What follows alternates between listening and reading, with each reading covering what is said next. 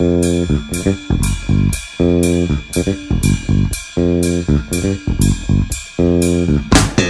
are listening to 104.1 KQTH, Tucson's News and Talk. I am the beautiful man. Sitting right across from me is my sexy sidekick, Ross, taking your calls to 751-1041. Mr. Charles in charge. Yes, my friends, this is a celebration. The celebration! Celebration of the Big Top, the conservative circus, the greatest show on earth. Welcome to hour 3 of the James T. Harris Show.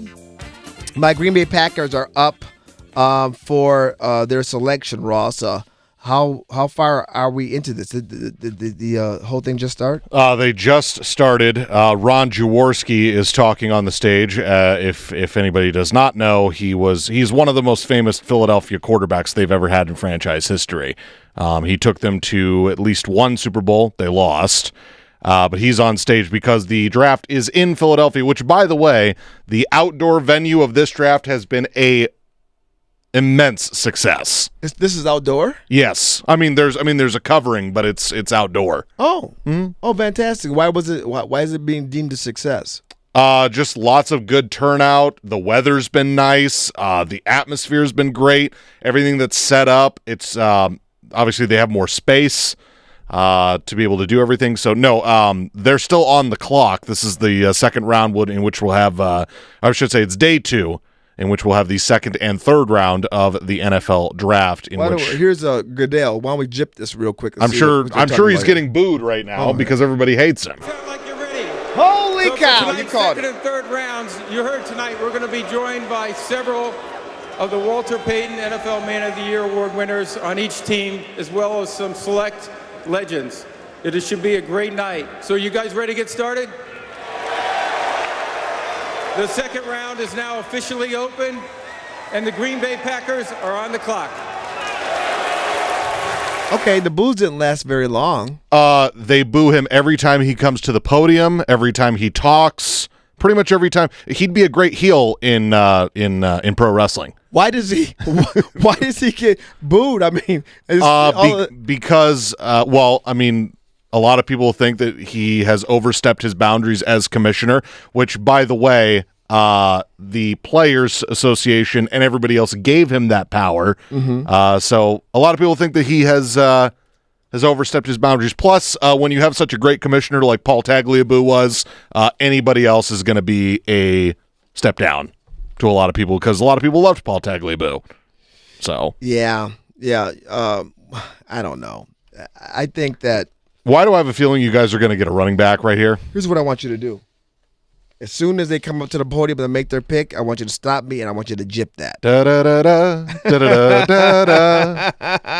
Fair enough. I will. Thank you very much. No matter if you're in a serious rant or not, I'll be like, shut up! Wait, James, we have breaking news. The Packers are making their pick. That's ESPN. We don't do that. Here we go. I just want to get this one out of the way real well. That's President Obama. Okay. Brian York. Great question. Why can't House repeal Obamacare?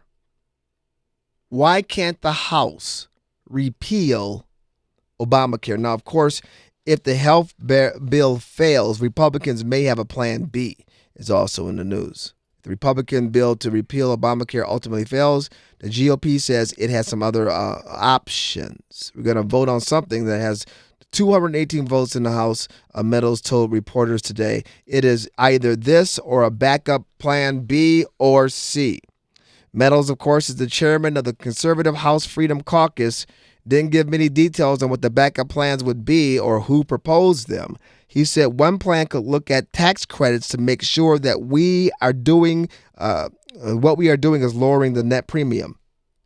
But Meadows emphasized that he is pushing for a vote on the American Health Care Act with a new amendment that will let states opt out of certain Obamacare insurance requirements. The amendment released this week helped to bring most of the Freedom Caucus on board. So the Freedom Caucus, who were originally the people who were accused of causing the Orion Care to fail, have negotiated with the White House, have negotiated with the establishment, and have had a lot of their concerns met. So more than a few, actually most of the Freedom Caucus are on board. It's now the moderates who are balking. The moderates are now, we're about 5 or 6 or 7 votes short. So the question: why can't the House of Representatives repeal Obamacare?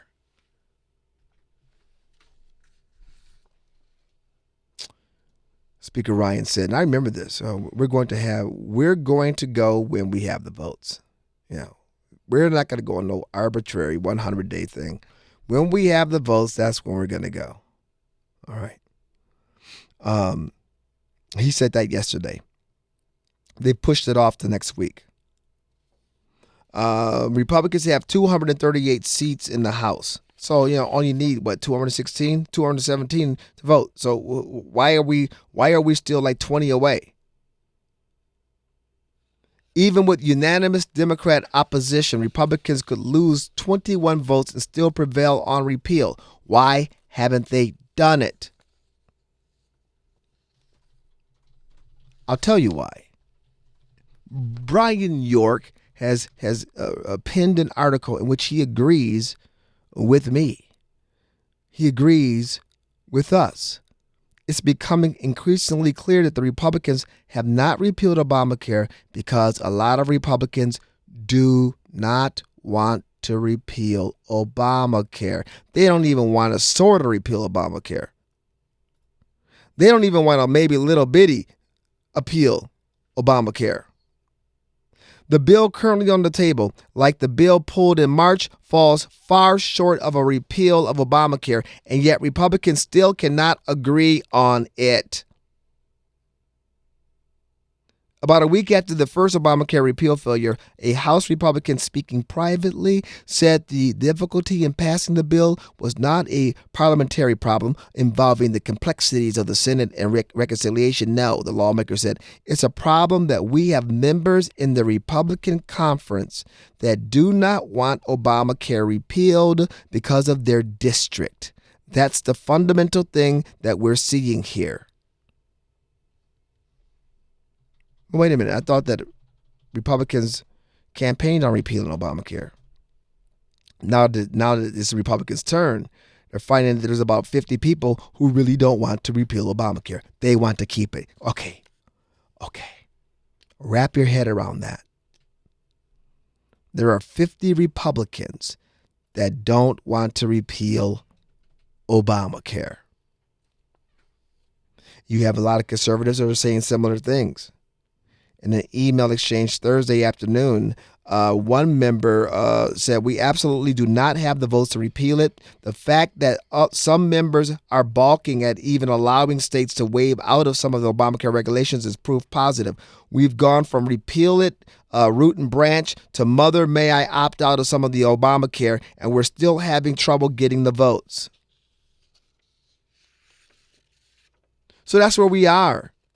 And I think what ought to happen is the 50 Republicans that don't want to pass, those are the people that we should know who they are. We should know their names. We should know their faces. We should know all of this. And what's frightening is that you have people who are so, the duplicity here. You have people, I bet you some of those 50, they ran for re-election on repealing Obamacare, but now, maybe they thought we never would have the opportunity to. Oh, my constituents now want what? Something that's imploding? It's the craziest thing this is crazy. The Democrats can't stop anything. The Republicans are stopping themselves. The Republicans are stopping Donald Trump. You got some action over here, Ross? The pick is in. I'm just waiting on the commissioner. So I would think about Ted Thompson. They had they had overnight to think about it as well. I would tell you to take this phone call, but I have a feeling he's going to step out here in the next 30 seconds. So okay. Well, let me talk to Dr. Nicholas, and if he steps out, Dr. Nicholas has to understand that we have breaking news. Okay? All right. Dr. Nicholas, welcome Okay. to. You understand, Dr. Nicholas? Yes, I totally understand. I'm a Okay. Broncos fan, but I totally understand. You All got to right. hear who the I'm gonna pick put is. you No on problem. hold. We're gonna listen to this, and if that happens, then I'm gonna come back. Okay. What do you got to say about the Obamacare? What? Are you still there? Yep. Go ahead. What do you have to say? What I think is that they're all Here comes about the getting commissioner. reelected. Okay. Now I got to put you on hold. Where do they go? As you can see, I'm joined here by Hall of Famer Jim Taylor.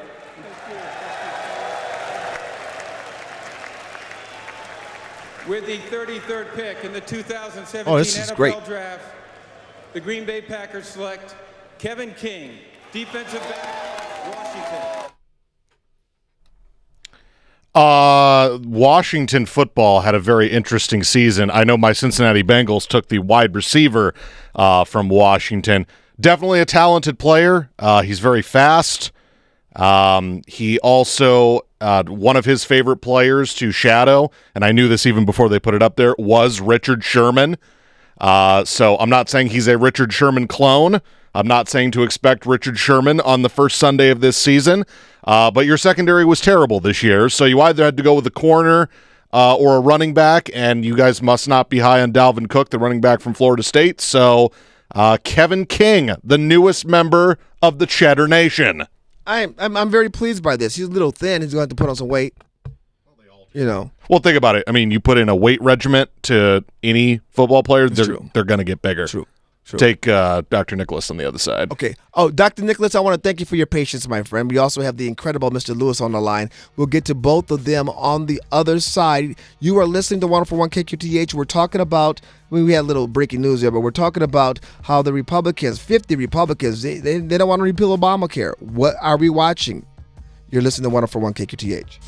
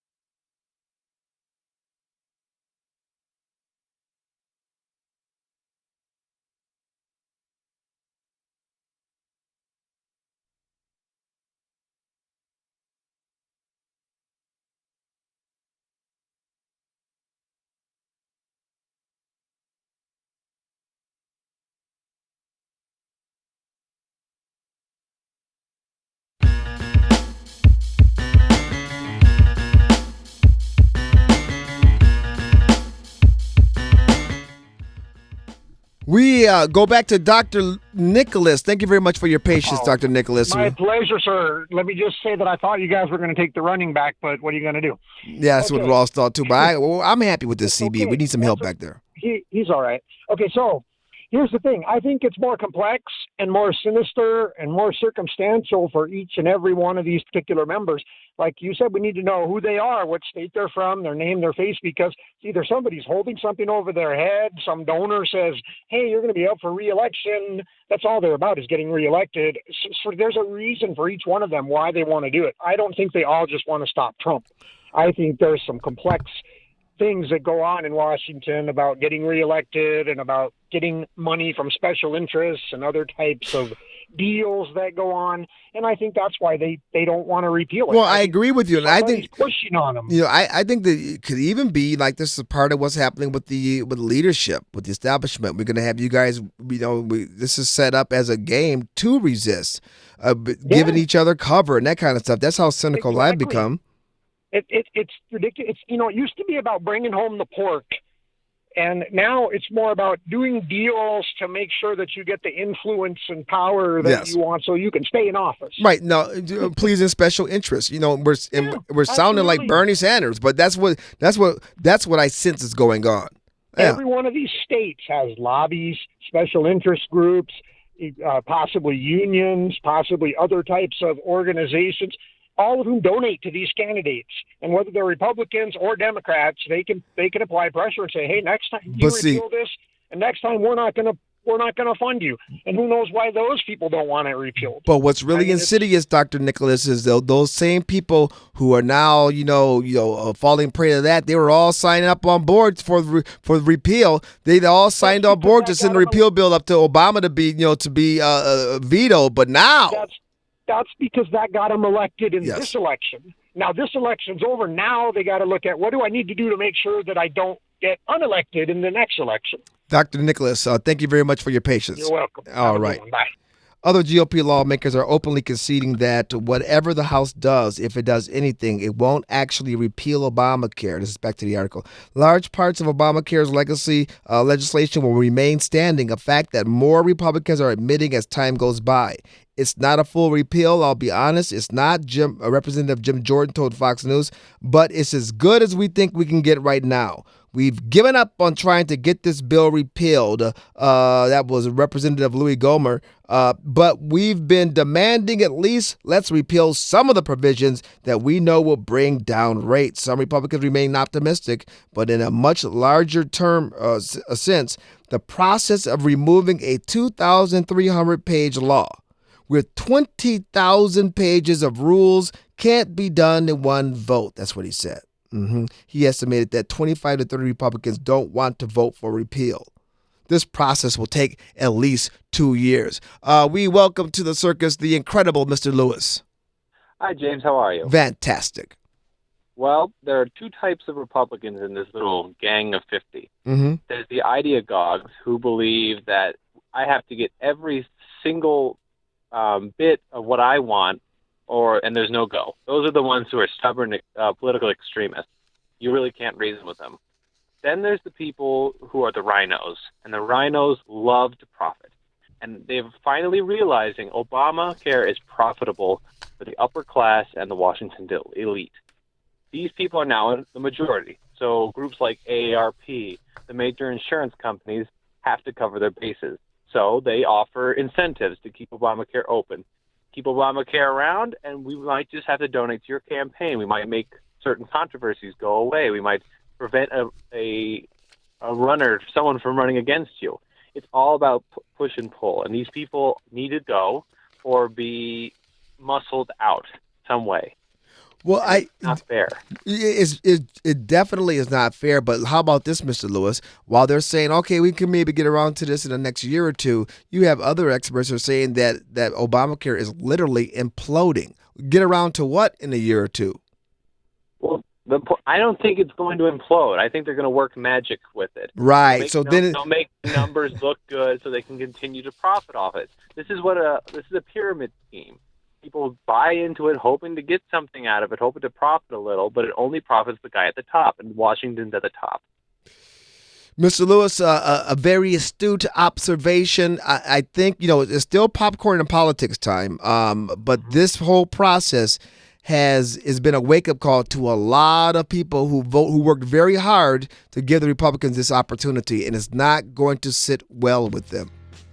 Donald Trump needs to strong arm them. He attempted the first time around, and I applauded him for it, trying to get these Republicans in line, because a lot of them aren't going to cooperate because they have a resentment for him. Well, true, but the thing is now he's got the Liberty, the Freedom Caucus in line. Now all of a sudden the moderates are acting up, which means they're moving around these little chairs on the Titanic. And you have to wonder what Schumer's role in this is. Right. Who has been strangely silent. Mm-hmm. And I can never trust that guy. Every time he's on the television, you want to just go wash your hands, just shower. No. Mr. Lewis, up against the wall. You have a great weekend, my friend. You're listening to 104.1 KQTH Tucson's News and Talk.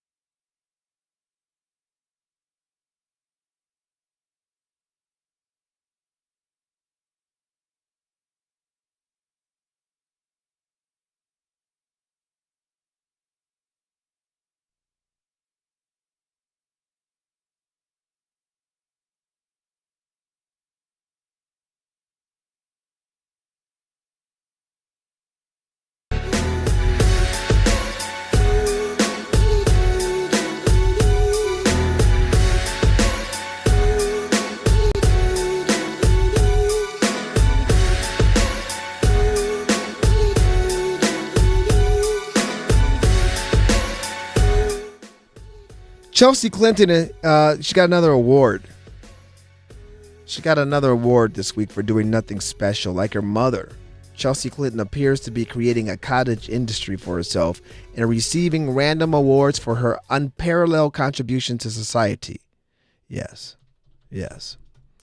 She's on the cutting edge of current events, and she is just so incredibly generous.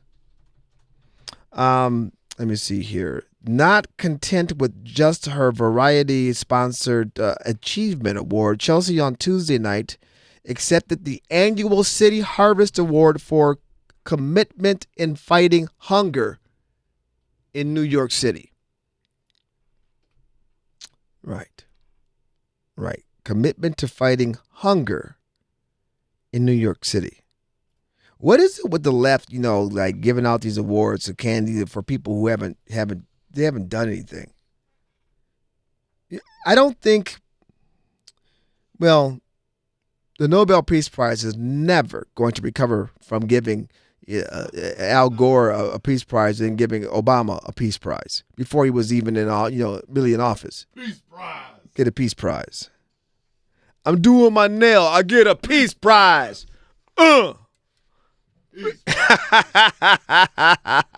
That, of course, was who was that? That was, I forgot his name. Comedian, conservative. Crowder.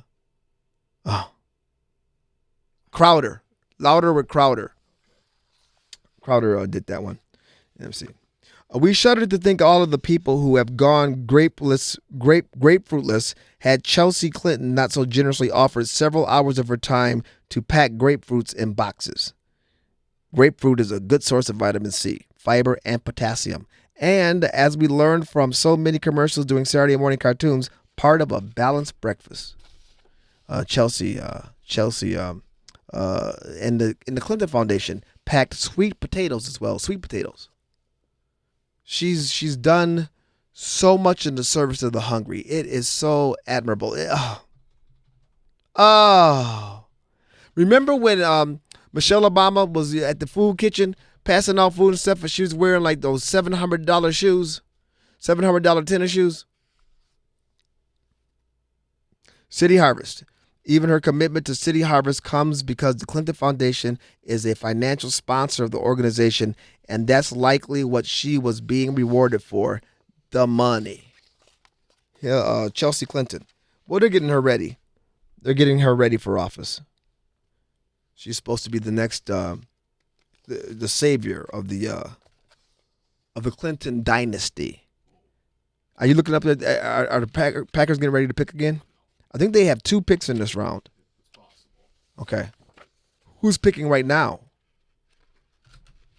I know the Cardinals just took a safety from the University of Washington, and the Bills just took a wide receiver who went to East Carolina. It just caught my attention because he's in Fountain Hills right now, which is up in the Phoenix area. So he must be from that area and just went to school at East Carolina. Okay. So that's just what caught my eye.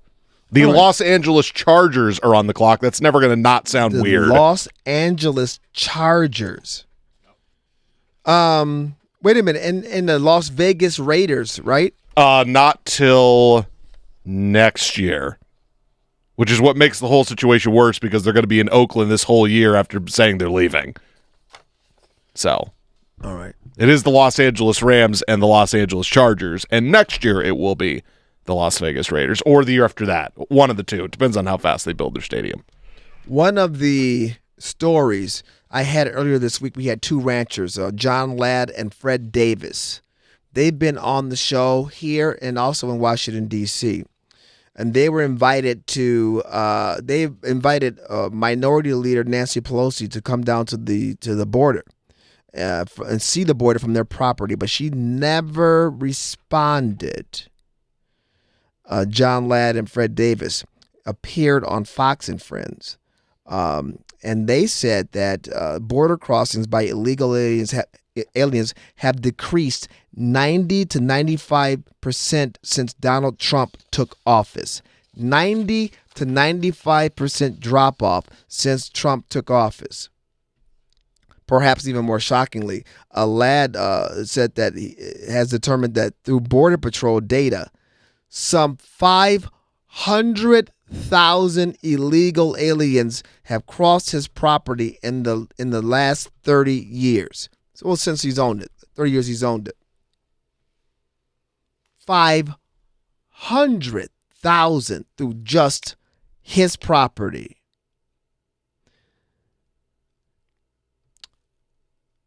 Davis is disputing Pelosi's notion that the wall would divide border towns. He said, all the communities that I know about, all the cities along the border already have high fences. He's talking to Steve Ducey when he said this. Where the wall is necessary is in a lot of the outlying areas that still only have a four-wire, barbed wire fence between Mexico and the United States. Davis said the wall, which he said is one tool, is necessary to stop drug cartels and other criminals from entering the United States. He said you got to put boots on the ground to make it effective. And that's been part of the problem on what places, in the places where they have the wall right now, they don't have any boots on the ground. And some of these places are like, hours from, I mean, we're talking, you need outposts. I think it's interesting that they invited Nancy Pelosi to come out, and Nancy Pelosi said no. I think it's interesting that we still are getting rhetoric from our side of the aisle that we can get. We're going to cut deals to keep the government open. Oh yeah, sorry, I didn't talk about that at all. In the nick of time, the Republicans have a continuing resolution or whatever. We bought one more week before the government shuts down. One more week.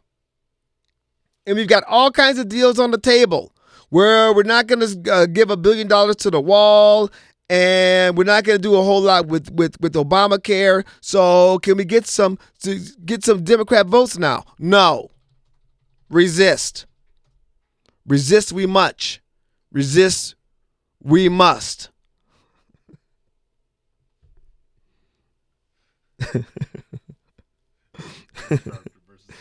Right.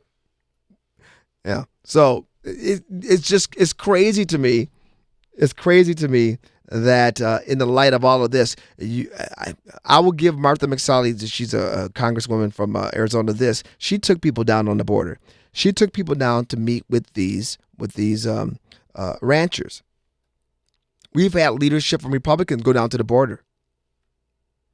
But Democrats won't come down to the border. The closest the Democrat got to the border was when the Gang of Eight was here. The Gang of Eight. You had Schumer over there with Flake and with McCain. Right, that's the time that you had that Mexican woman who pole vaulted right in front of them and broke her leg. Yeah, I think that was down in Nogales. That's it. They're never going to get those Democrat votes. So, my gosh, and this is what we were talking about at the bottom of the hour. The Republicans, something is going on. And we know something's going on because we don't know who these 50 Republicans are who don't want to support the repeal of Obamacare. We don't know who these Republicans are who don't want to build the wall. And this is what has a lot of Americans very, very frustrated.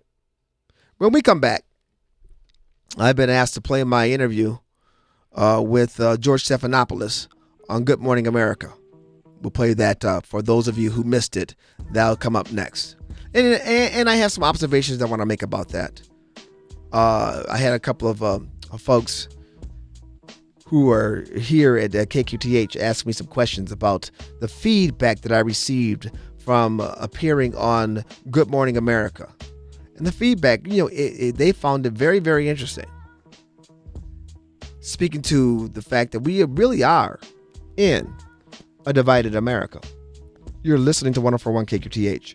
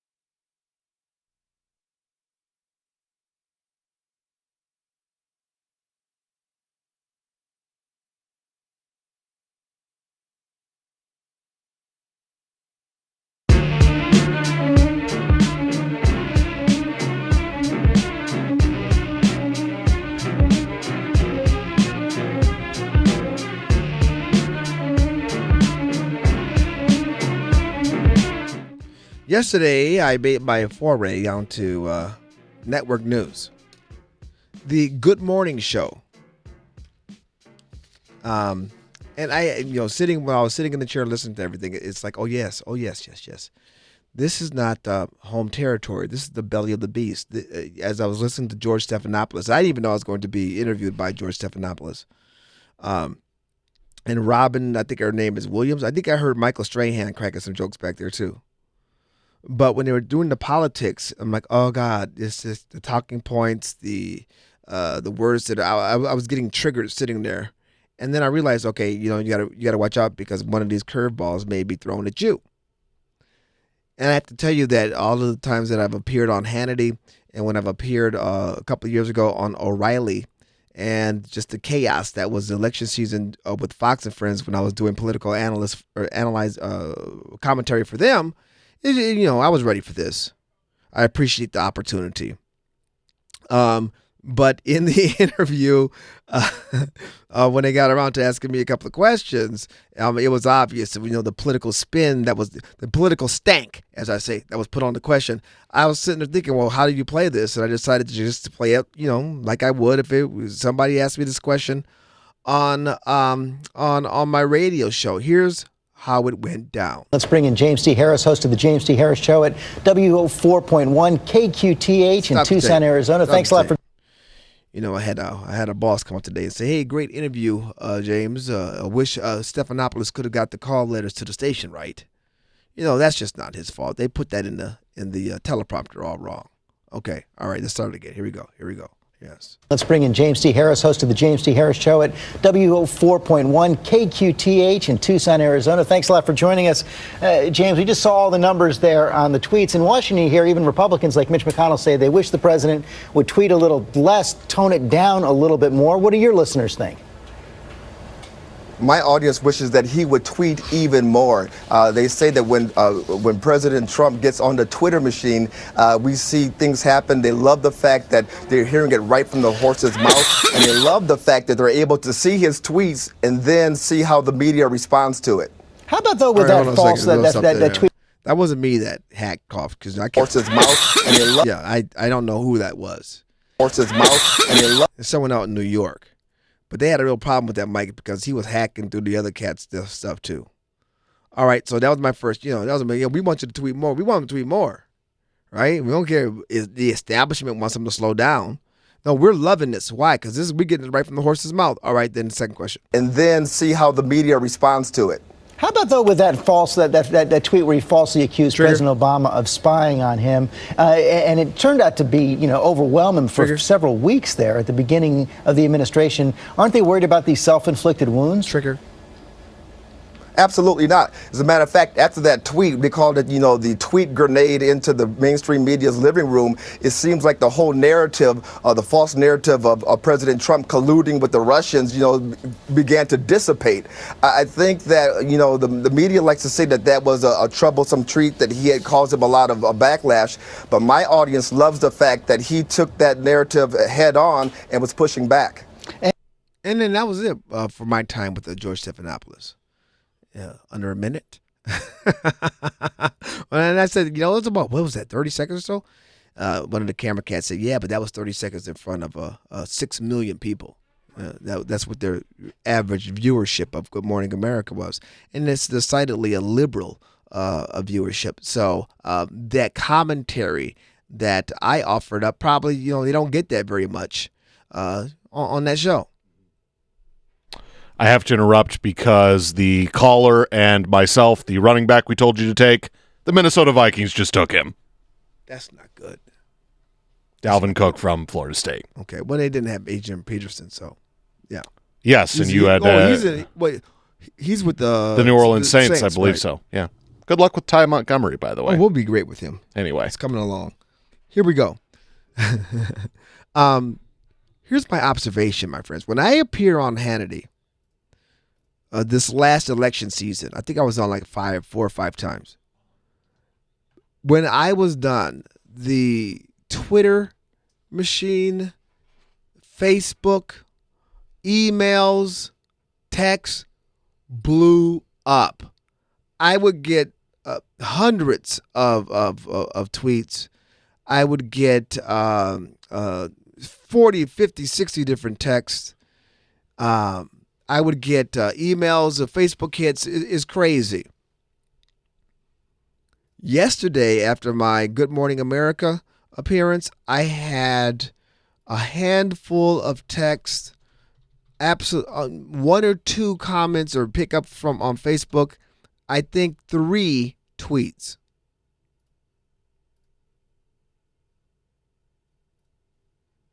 My audience, conservatives, do not watch network morning news. They don't. And when I told my audience I was going to be there, some of them said that they're just going to, they'll grin and bear it. They'll set their VCRs. They'll try to see it, as much as they can, but they can't take it because of the 3-hour time difference. I was hearing from some people via Facebook. I couldn't do it. I tried to watch it, James. I'm sorry, I can't watch it. I can't watch the propaganda. And yet I'm told that, they have millions of people that check into those morning shows. I heard from a few conservatives who for whatever reason, tuned into that. I mean, a very few. I did hear from some acquaintances who reside on the left. Oh, wow, you were on Good Morning America. And I walked away from this experience understanding, wow, we really are divided. We really are. I mean, we separated ourselves. The food we eat, the clothes we wear, the things we watch, the social media that we tap into. And I think that's a problem. It's it's where we are right now. It's where we are. I mean, we are more divided than we've been since the Civil War. And that was I so much appreciate the opportunity to have been on network television, to have been on Good Morning America. And I was, happy. I hope that I didn't offend anybody with my commentary, but to be quite frank, you can't go in worried about that kind of stuff when you're live and on the spot. I'm more pleased that I didn't fumble over everything and just fall apart. But yeah. I mean, that was what was really wild, is that I'm not in tune at all with their audience, and they're really not in tune with what we're doing. You're listening to 104.1 KQTH, Tucson's News and Talk.